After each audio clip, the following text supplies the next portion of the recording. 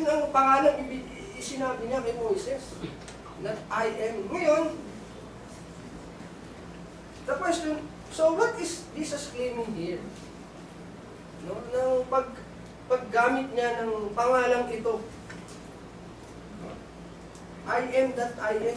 Sabi ng Panginoon, before Abraham was, I am.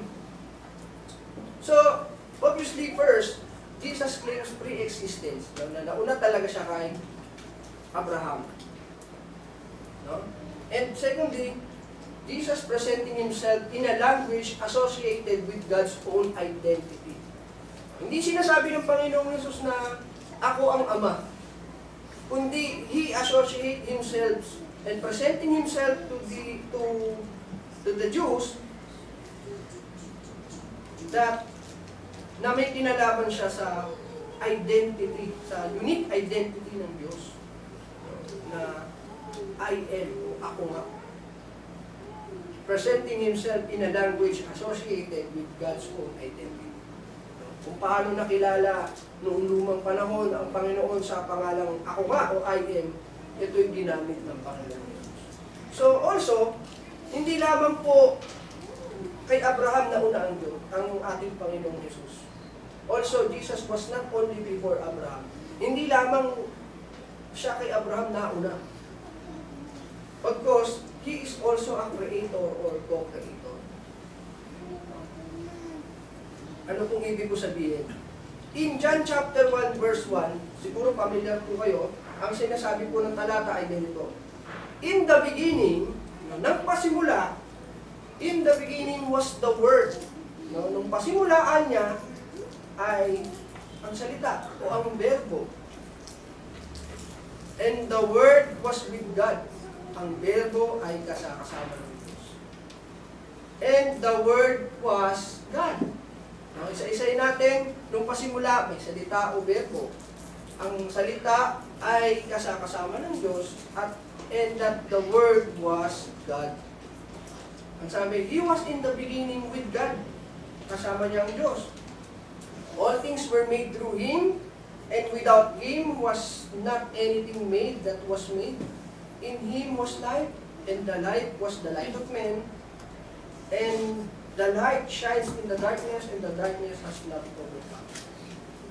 Eh, sino po itong salita o verbo?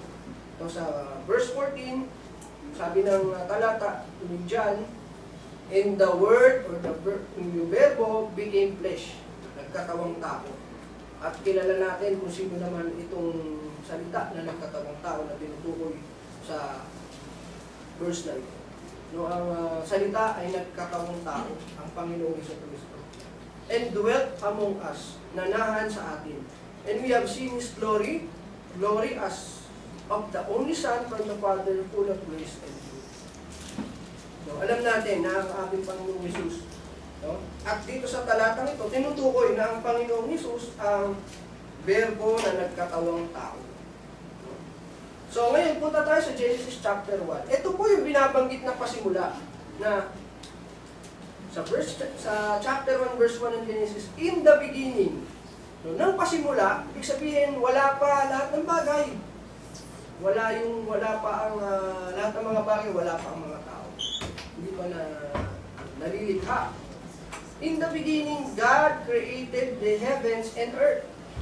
Now, tapos dyan, the earth was without form and void, and darkness was over the face of the deep, and the Spirit of God was hovering over the face of the waters. Now, interestingly mga kapatid, ito pong salitang God na ginamit ng author dito sa Genesis chapter 1 ay may translation na sa Hebrew word na Elohim. No? Or God, Elohim. At ito pong Elohim o Hebrew word na ito is a plural grammatical form. Nasa plural form po ito. Kung paliliwanag natin, di ba meron tayong English grammar rule. Di ba po? Para lang maipaliwanag ko. For example, yung plural form ng man, di ba po men? Yung plural form ng woman, women. Di ba po?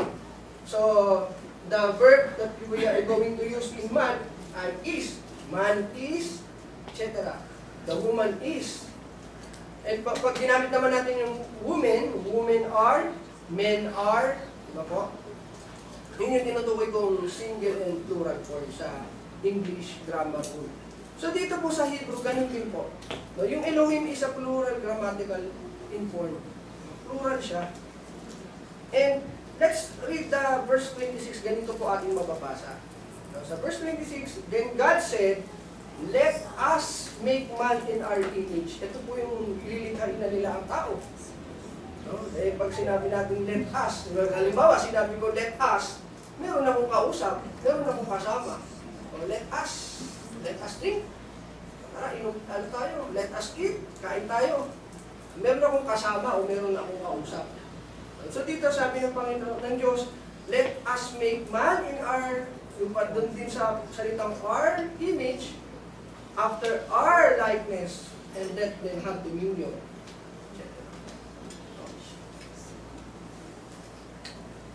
Dito po ang sinasabi.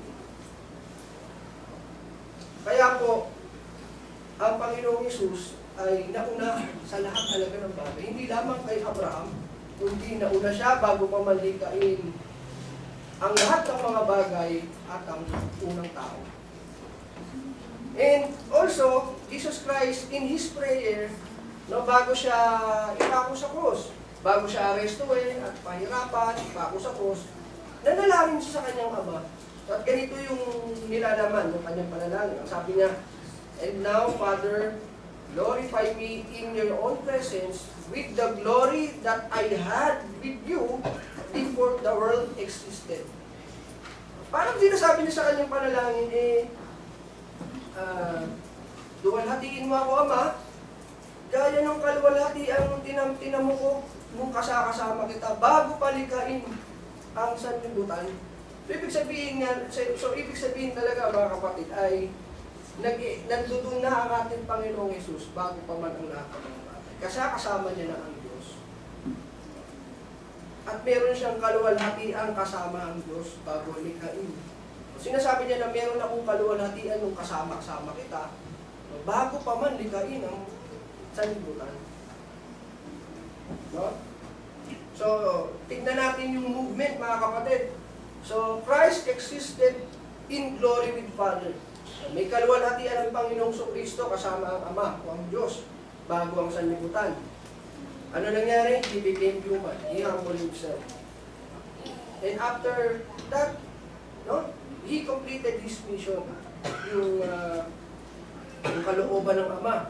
Sinunod niya ang kalooban ng Ama. He is willing to take or to accomplish the will of His Father and return to glory.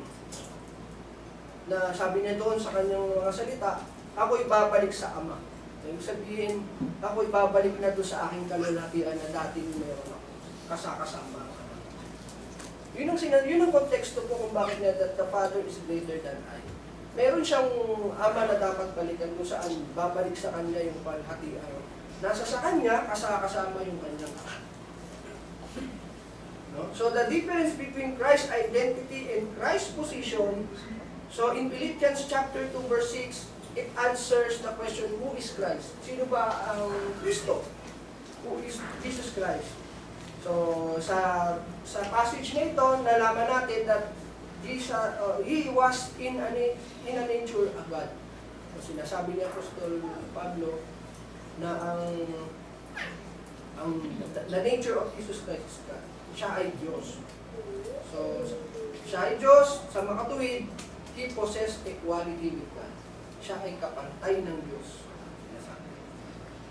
Now, in John chapter 14, verse 28, ang Panginoong Jesus, He tells us what is Christ's present position in His earthly mission. Ano yung condition niya? Ano yung kanyang kalalagayan, yung current situation, kanyang kalalagayan nung time na sinabi niya ito? Siya ay nasa katawang tao.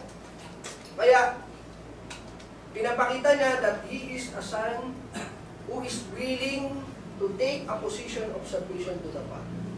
Kaya nga sinasabi niya, Apostol Pablo, siya ay Diyos, kapantay siya ng Diyos, pero hindi niya inaampin ito